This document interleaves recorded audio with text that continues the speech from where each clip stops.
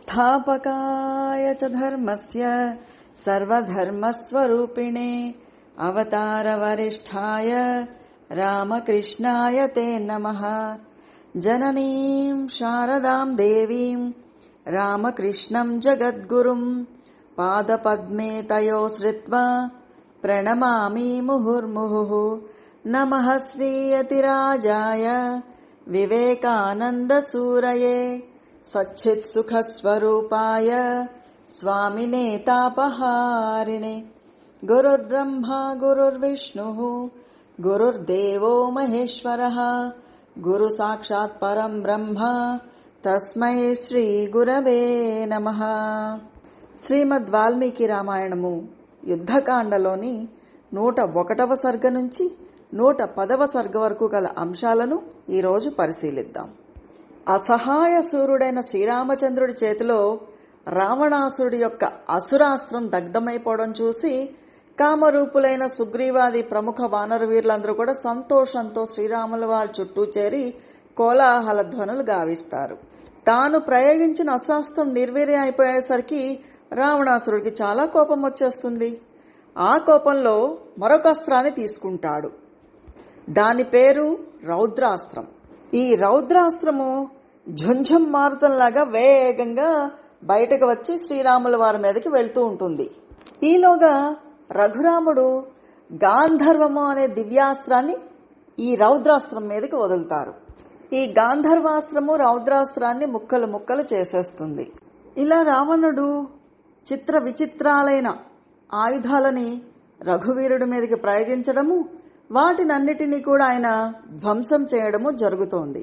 ఈలోగా క్షణకాలం పాటు శ్రీరాముల వారు విశ్రాంతిలో ఉండగా ఇంతలో లక్ష్మణుడు రావణుడితోటి యుద్ధం చేయడానికి ముందుకు వస్తారు. ఇంతకు ముందు కూడా లక్ష్మణుడికి రావణుడికి మధ్య యుద్ధం జరుగుతుంది. అప్పుడు రావణుడే స్వయంగా లక్ష్మణుడిని అధిగమించి శ్రీరాముల వారితో యుద్ధానికి తలపడతాడు. అయితే అతని అస్త్రాలన్నీ కూడా శ్రీరాముల వారి చేతిలో నిహతమవుతాయి. లక్ష్మణుడు ప్రయోగించిన బాణాల కారణంగా రావణుడి యొక్క ధ్వజము ముక్కలు ముక్కలైపోతుంది. రావణుడి సారథి యొక్క తల తెగి కింద పడుతుంది.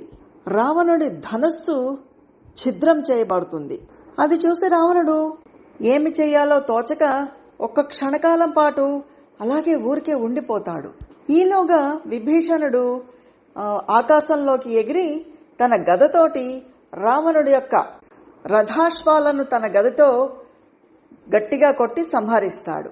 కూలిపోతూ ఉన్న రథాన్నించి రావణుడు ఒక్క దూకుతోటి కిందకు దూకి విభీషణుడి మీద విపరీతమైన క్రోధాన్ని పెంచుకున్నవాడై నిప్పులు కక్కేస్తూ మహాశక్తివంతమైన ఒక బల్లాన్ని తీసుకుని విభీషణుడి మీదకి విసురుతాడు. అయితే ఆ బల్లెము విభీషణుడిని చెరకముందే లక్ష్మణుడు 3 బాణాలతోటి దాన్ని ముక్కలు ముక్కలు గావిస్తాడు. ఏమైనా సరే విభీషణుడిని చంపాలి అని గట్టిగా నిర్ణయించుకున్న రావణుడు మహాభయంకరమైన మరొక బల్లాన్ని చేతపట్టుకుని విభీషణుడి మీదకి విసురుతాడు. ఈ బల్లెము అత్యంత శక్తివంతమైనది. యముడు కూడా దీనిని తాకలేడు. ఇంతలో మహావీరుడైన లక్ష్మణుడు విభీషణుడి యొక్క ప్రాణాపాయ స్థితిని గమనించి అతనికి అండగా నిలబడ్డానికి అక్కడికి వచ్చి తన ధనస్సును ఎక్కుపెట్టి రావణుడి మీదకి శరవర్షాన్ని కురిపిస్తాడు. ఇలా లక్ష్మణుడి యొక్క బాణం పరంపర వచ్చి తన మీద పడుతుండగా వాటిని ఎదుర్కోవడానికి బలనగాక విభీషణుడిని చంపే ప్రయత్నాన్ని పక్కన పెట్టి రావణుడు లక్ష్మణుడితోటి, ఓ లక్ష్మణ, ఎంతో ప్రయాసపడి చిట్ట చివరికి నువ్వు విభీషణుని రక్షించగలిగావు. అందువల్ల ఇక అతన్ని విడిచిపెట్టేసి ఆ శక్తిని నీ మీద ప్రయోగిస్తాను, నీ పని పడతాను. ఈ శక్తి ఇంతకు ముందే ఎంతో మంది శత్రువీరుల్ని హతమార్చి రక్తసిక్తమై ఉంది. అది నీ హృదయాన్ని చీల్చి నీ ప్రాణాలను అపహరించి వేస్తుంది అంటూ ఆ శక్తిని లక్ష్మణుడి మీదకి ప్రయోగించాడు. అది అత్యంత వేగంగా లక్ష్మణుడి మీదకి దూసుకు వస్తోంది. కానీ ఆ శక్తి లక్ష్మణుడి మీద పడకముందే ఇంతలోనే వేగంగా వస్తున్న ఆ శక్తిని ఉద్దేశిస్తూ శ్రీరాముల వారు, ఓ బల్లెమా, లక్ష్మణుడికి శుభమగుగాక, నీలో ఉన్న ప్రాణహరణ శక్తి నశించుగాక అంటూ పలుకుతారు. ఈలోగా ఆ శక్తి దూసుకుంటూ వచ్చి లక్ష్మణుడి యొక్క వక్షస్థలం మీద పడింది. అయితే శ్రీరాముల వారి వచనాల ప్రభావంతో అది ప్రాణాల్ని హరించే శక్తిని కోల్పోయింది. ఆ శక్తి సౌమిత్రి యొక్క గుండెని చీల్చుకుంటూ అవతలికి వెళ్లి భూమిలోకి నాటుకుపోయింది. వానరులందరూ కూడా ఎంతో ప్రయత్నించినా కూడా దానిని బయటికి తీయలేకపోయారు. అప్పుడు రాముల వారు సమరభూమిలో భయంకరమైన ఆ శక్తిని తన 2 చేతులతోటి పట్టుకుని బయటికి లాగి దాన్ని విరిచేస్తారు. అది చూసిన రావణుడు రాముల వారి మీదకి ఎన్నో విధాలైన బాణాలను ప్రయోగించి ఆయన యొక్క అన్ని అవయవాల మీద కొడతాడు. అయినా సరే వేటిని కూడా లెక్క చేయకుండా రాముల వారు లక్ష్మణుడిని కౌగిలించుకుని హనుమంతుడితోటి సుగ్రీవుడితోటి ఇట్లా అంటారన్నమాట, ఓ కపివరులారా, మీరు లక్ష్మణుడి చుట్టూ చేరి ఇతన్ని జాగ్రత్తగా చూసుకుంటూ ఉండండి. ఈ జగత్తులో రాముడో ఒకరే మిగిలి ఉండడం తథ్యము. దీనిని మీరు త్వరలోనే చూడగలరు అంటూ పలికి శ్రీరాముడు యుద్ధ సన్నద్ధుడయి వాడి అయిన బాణాలతోటి రావణాసురుని కొడతారు. ఆ బాణాల ధాటికి తట్టుకోలేక రావణుడు భయంతోటి పరుగులు తీస్తాడు. అనంతరం శ్రీరామచంద్ర ప్రభువు తనకు బహిర్ప్రాణము అత్యంత ప్రీతిపాత్రుడు అయిన తన తమ్ముడి యొక్క దురవస్థను చూసి దుఃఖంతో కృంగిపోయి అంతులేని విషాదానికి లోనయ్యి ఎంతగానో విలపిస్తూ ఇలా అంటారు, ఇప్పుడు నాకు ఈ యుద్ధ కార్యాలతో అవసరమేమిటి? అంతేకాదు, సీతతో గాని చివరకు నా ప్రాణాలతో గాని నాకేం పని? నా తమ్ముడైన లక్ష్మణుడిలా క్షతగాత్రుడై రణభూమిలో దుమ్ము కొట్టుకుని ఈ విధంగా పడి ఉండడం చూసిన తర్వాత కూడా నేను జీవించి ఏమి ప్రయోజనము?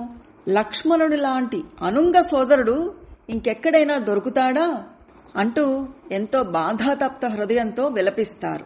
అప్పుడు కపివీరుడైన సుషేనుడు ముందుకు వచ్చి, రామా, లక్ష్మణుడింకా అసువులు విడలేదు. ఇతడు బతికే ఉన్నాడు. శ్వాస ఆడుతూ ఉంది. గుండె కొట్టుకుంటూ ఉన్నది.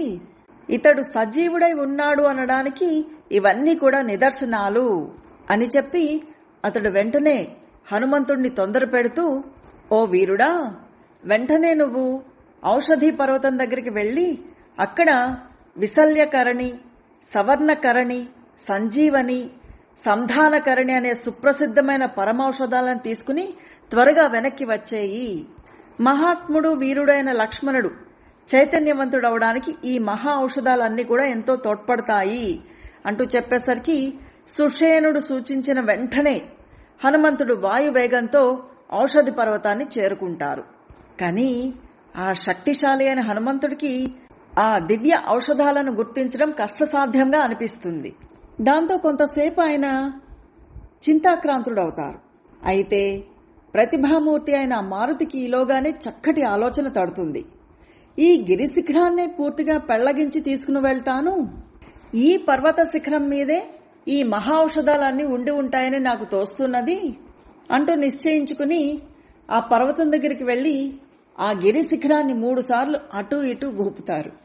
తర్వాత ఆ గిరి శిఖరాన్ని పెళ్లగించి తన 2 చేతులపైన నిలుపుకుని తర్వాత ఆకాశ మార్గంలో పయనించి రణభూమిలోకి దిగి ఆ గిరి శిఖరాన్ని తన సేనల మధ్య ఉంచుతారు.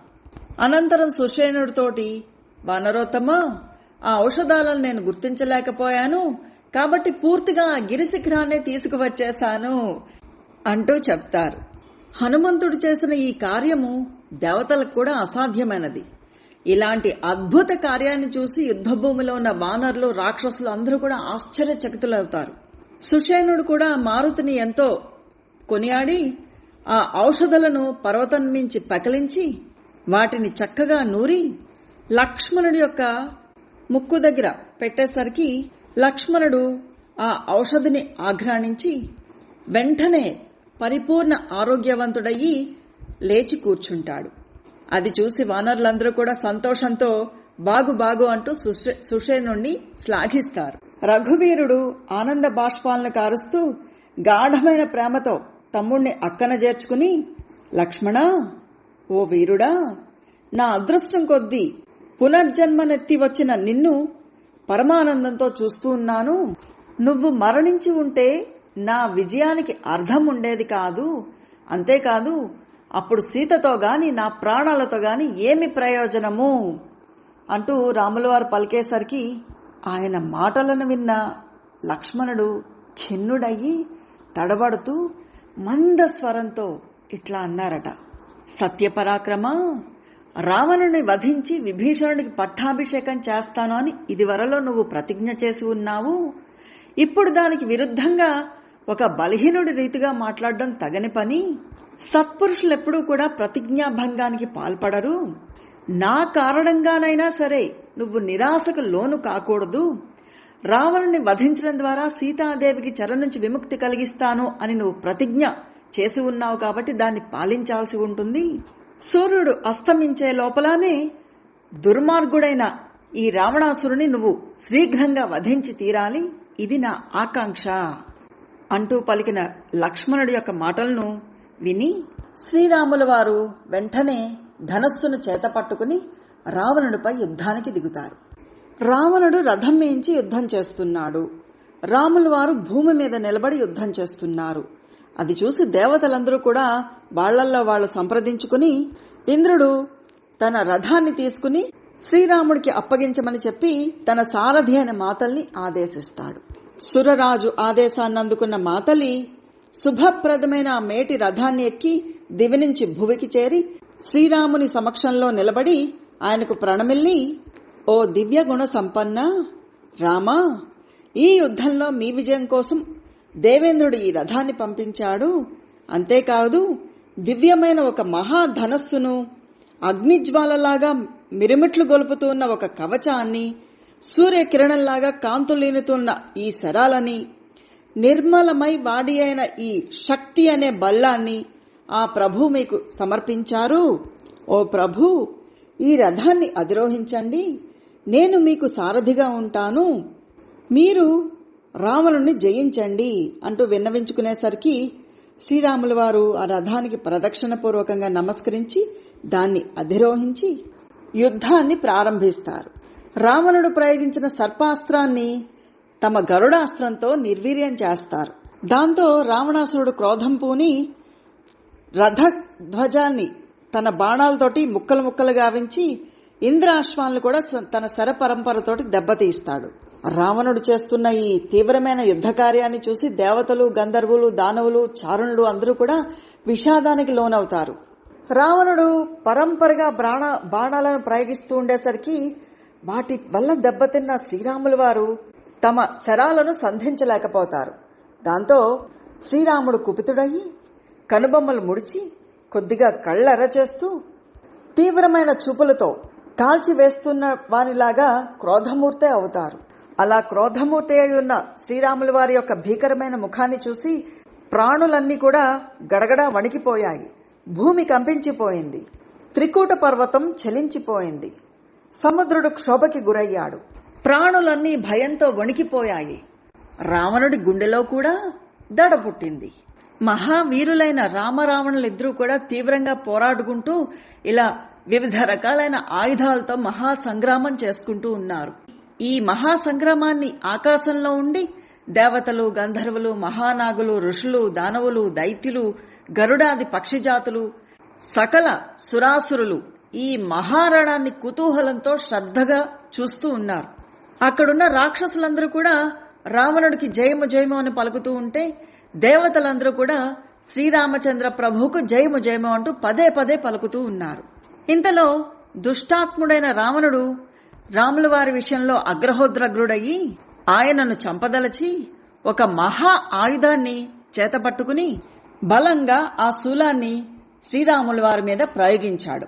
శ్రీరాముల వారు దాన్ని అడ్డుకోవడానికి శర పరంపరని కురిపించినా కూడా అవేవీ కూడా దాన్ని ఆపలేకపోతాయి. దాంతో రఘువీరుడు మాతలి ద్వారా ఇంద్రుడు పంపించిన శక్తి అనే బల్లాన్ని చేతపట్టుకుని రావణుడి శూలం మీదకి దాన్ని ప్రయోగిస్తారు. అలా శక్తితో కొట్టబడిన ఆ శూలము ముక్కలు ముక్కలయ్యి తేజోరహితమై నేల మీద కూలిపోతుంది. అక్కడితో ఆగకుండా శ్రీరాముల వారు తీవ్రమైన బాణాలతోటి రావణాసురుడి రథాశ్వాన్ని కూల్చివేస్తారు. అలాగే రావణుడి వక్షస్థలం మీద, నుదుటి మీద తీవ్రంగా దెబ్బతీస్తారు. అతడి శరీరం అంతా కూడా తీవ్రంగా దెబ్బతినేసరికి ఆ గాయాల నుంచి రక్తం పెళ్ళుబుగుతూ అందులో ఆ రక్తంలో అతడు తడిసిపోతాడు. దాంతో ఖిన్నుడైన అతడు పట్టరాని అసహనంతో ఊగిపోతూ శర పరంపరని రాముల వారి మీద పంపేసరికి అవన్నీ కూడా ఆయన్ను ఏమీ చేయలేకపోతాయి. శ్రీరామచంద్ర ప్రభు కోపంతో రావణాసురుణ్ణి చూస్తూ చులకన చేస్తూ నవ్వుతూ అతడితో పరుషంగా ఇట్లా అంటారన్నమాట. రాక్షసాధమా, జనస్థానంలో నేను లేని సమయంలో నిస్సహాయురాలైన నా భార్యను నువ్వు అపహరించుకుని వచ్చావే, దీనిని బట్టి నువ్వు పిరికివాడవి అని తెలుస్తూ ఉంది. దండకారణ్యంలో నేను దూరంగా ఉన్న సమయంలో దీనురాలై ఉన్న వైదేహిని నువ్వు బలవంతంగా తీసుకువచ్చావు. అయినా గాని నిన్ను నువ్వు సూర్యుడిగా భావించుకుంటూ ఉన్నావే. నిస్సహాయ స్థితిలో ఉన్న సతుల పట్ల అమర్యాదగా ప్రవర్తించేవాడా, నువ్వు దుష్కార్యానికి పాల్పడ్డావు. అందువల్ల నువ్వు సూరమానివే కాని సూర్యుడివి కావు. అంటే సూర్యుడిగా నువ్వు తలుచుకుంటున్నావే గాని నిజానికి నువ్వు సూర్యుడివి కాదు. మర్యాదను తప్పినవాడా, సిగ్గులేనివాడా, సచ్చరిత్రకు దూరమైనవాడా, దుష్ప్రవర్తనుడా, గర్వంతో నువ్వు కన్ను మిన్ను కానకుండా నీ మృత్యును నువ్వే కొని తెచ్చుకున్నావు. కాబట్టి నువ్వు కాపురుషుడవు, పిరికివాడవే గాని సూర్యుడివి ఎంత మాత్రము కాదు. దుష్టుడా, ఒక దొంగలాగా సీతను అపహరించిన నీకు ఎంత మాత్రం సిగ్గులేదు. అయినా ఇలాంటి దొంగతనానికి తలపడి కూడా సూర్యుడని గొప్పలు చెప్పుకుంటున్నావు. నువ్వు బలవంతంగా సీతను అలా అపహరించుకుపోతున్నప్పుడు నేనే గనక అక్కడ ఉండి ఉంటే నా బాణాలతోటి నీ సోదరుడైన ఖరుడి దగ్గరికి నిన్ను చేర్చి ఉండేవాడిని. నీ పాపం పండి ఇప్పటికి నువ్వు నా కంటపడ్డావు. ఈ రోజే నిన్ను మృత్యుముఖానికి చేరుస్తాను అంటూ తమ బాణ పరంపరతోటి రావణుణ్ణి తీవ్రంగా కొడతారు రాముల వారు. శ్రీరాముని శరపరంపరకు బాగా దెబ్బతింటూ ఉన్న రావణుడి యొక్క హృదయం ఎంతో వ్యాకులమయ్యింది. చిత్త వైకల్యానికి గురయ్యాడు. ధనస్సును లాగి శస్త్రాలను వెయ్యలేకపోతున్నాడు. శ్రీరాముల వారి పరాక్రమాన్ని ఎదిరించలేకపోతున్నాడు. అతడి దురవస్థను గమనించిన సారథి రథాన్ని నెమ్మదిగా మరొక వైపుకి మళ్లించాడు. కానీ మృత్యుప్రేరితుడైన రావణుడు అజ్ఞానంతో కళ్ళెర్ర చేసేస్తూ సారథితోటి, బుద్ధిహీనుడా, నన్ను బలహీనుడిగా భావించి నువ్వు ఇట్లాగా రథాన్ని వేరే వైపుకు మరల్స్తావా? నన్ను ఇలా అవహేళన పాలు చేస్తావా? నువ్వు శత్రువుల నుంచి లంచం తీసుకుని ఉంటావు, అందుకే నాకు అవమానం కలిగేలా ప్రవర్తిస్తున్నావు అంటూ అత్యంత పరుషంగా మాట్లాడేసరికి పాపం అతడి హితాన్ని కోరుకుంటూ ఉన్న సారథి తమ రాజును అనునయిస్తూ అతడికి హితాన్ని కలిగించే వచనాల్ని ఇట్లా చెప్తాడనమాట. మహారాజా, నేనేమీ భయపడలేదు, మూఢుణ్ణి కూడా కాదు, శత్రువుల యొక్క ప్రలోభానికి నేను లోబడి ఉండలేదు, ఏమరపాటుతో లేను, నీ పట్ల స్నేహభావము ఏమాత్రమూ తగ్గలేదు, నువ్వు చేసిన ఉపకారాలన్నీ కూడా నేను మర్చిపోలేదు, ప్రస్తుతం నీకు అప్రియంగా తోచినా కూడా నీ మంచిని కోరే నేను ఇలా చేయవలసి వచ్చింది. నువ్వు పూర్తిగా అలసిపోయి ఉండడం నేను గమనించాను, గుర్రాలు కూడా డస్సిపోయి ఉన్నాయి, కాబట్టి మీకు కొంత విశ్రాంతి అవసరమని భావించి ఇలా చేయవలసి వచ్చింది. నీ పట్ల నాకున్న భక్తి శ్రద్ధల కారణంగా నీ క్షేమాన్ని కోరే ఇలా చేశాను. ఇప్పుడు నువ్వు ఏది ఆదేశిస్తే అదే చేస్తాను, త్రికరణ శుద్ధిగా నీ ఆజ్ఞను శిరసావహిస్తాను అంటూ సారథి చెప్పేసరికి అతడి మాటలు విన్న రావణాసురుడు సంతుష్టుడవుతాడు. రథాన్ని వెంటనే యుద్ధరంగంలోకి తీసుకువెళ్లమని చెప్పి రథసారథిని ఆజ్ఞాపిస్తాడు. ఈలోగా ఇక్కడ యుద్ధం చేసి చేసి ఎంతో అలసిపోయి ఉన్న శ్రీరాముల వారి దగ్గరికి అగస్త్య మహాముని వస్తారు. ఆయన శ్రీరాముల వారికి సనాతనమైనది, గోప్యమైనది, పరమ పవిత్రమైనది, సమస్త శత్రువుల్ని నశింపచేసేది, జయాన్ని కలిగించేది, సత్ఫలితాలను అక్షయంగా ప్రసాదించేది, పరమ పావనమైనది, సకల శ్రేయస్సులను సమకూర్చేది, సమస్త పాపాలను నశింపచేసేది, అధివ్యాధులను తొలగించేది, ఆయుష్ను వృద్ధిపరిచేది, సర్వ జపాలలో శ్రేష్టమైనది అయిన ఆదిత్య హృదయం అనే స్తోత్రాన్ని జపించమని శ్రీరాముల వారితో చెప్తారు అగస్త్య మహాముని. సూర్య భగవానుడు అనంతమైన తన బంగారు కిరణాలతో శోభిల్లుతూ ఉంటాడు. అనుదినము తన ఉదయ కిరణాలతోటి జగతికి జాగృతిని కూరుస్తూ ఉంటారు. ఆయన సకల తేజస్సులను మించిన తేజస్సు కలవాడు. సమస్త దేవతలకు ఆత్మయ అయినటువంటి వాడు. లోకోపకారం కొరకు ఆకాశంలో సంచరిస్తూ ఉండేవాడు. వర్షాల ద్వారా జగత్తును పోషించేవాడు. తన కిరణాలచే లోకాలను ప్రకాశింపచేసేవాడు. బ్రహ్మాండముల ఉత్పత్తికి బీజమైనవాడు. చీకట్లను తొలగించువాడు. సకల ప్రాణుల యందు అనురక్తి కలిగి ఉండేవాడు. విశ్వస్థితికి కారణమైనవాడు. అజ్ఞాది తేజస్సులకు మించిన తేజస్సు కలవాడు. 12 రూపాలతో విలసిల్లేవాడు. అనేక నామాలతో ప్రసిద్ధికెక్కిన సూర్యభగవానుడా, నీకు నమస్కారము. నిన్ను ఉపాసించని వారికి నువ్వు భయంకరుడివి. ప్రాణులకు శక్తిని ప్రసాదించేవాడివి. పరబ్రహ్మ స్వరూపుడివి. దివ్య తేజస్సంపన్నుడివి. తమస్సును రూపుమాపేవాడివి. అజ్ఞానాన్ని తొలగించేవాడివి. నిన్ను ఆశ్రయించిన వారి శత్రువులను సంహరించేవాడివి. కామ క్రోధ లోభ మోహ మద మాత్సర్యాలనే అంతఃశత్రువులను రూపుమాపేవాడివి. పరమాత్మ స్వరూపుడివి. కృతజ్ఞులను నశింపచేసేవాడివి. సర్వ జగత్కర్తవి. జగత్తులో జరిగే సర్వజనుల కర్మలకు సాక్షి అయిన వాడివి కనుక ఓ భాస్కరుడా, నీకు నమస్కారాలు. ఈ విధంగా అగస్త్య మహాముని శ్రీరాముల వారికి ఆదిత్య హృదయాన్ని గురించి వివరించి చెప్పి, రఘునందన, జగత్పతి అయిన సూర్య భగవానుణ్ణి ఏకాగ్రతతో పూజించు.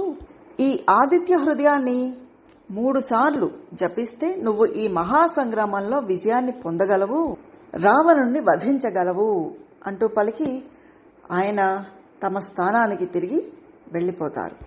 ఆదిత్య హృదయ మహిమని గ్రహించిన శ్రీరాముల వారు చింతారహితులై ఎంతో తృప్తిని పొంది ఏకాగ్రతతో ఆదిత్య హృదయ మంత్రాన్ని మనసులో నిలుపుకుని 3 సార్లు ఆచరించి శుచి సూర్య భగవానుని చూస్తూ ఈ మంత్రాన్ని జపించి అన్ని విధాలుగా గట్టి పూనికతో ఆ నిశాచరుణ్ణి వధించడానికి కృతనిశ్చయులయ్యి యుద్ధానికి పురోగమిస్తారు.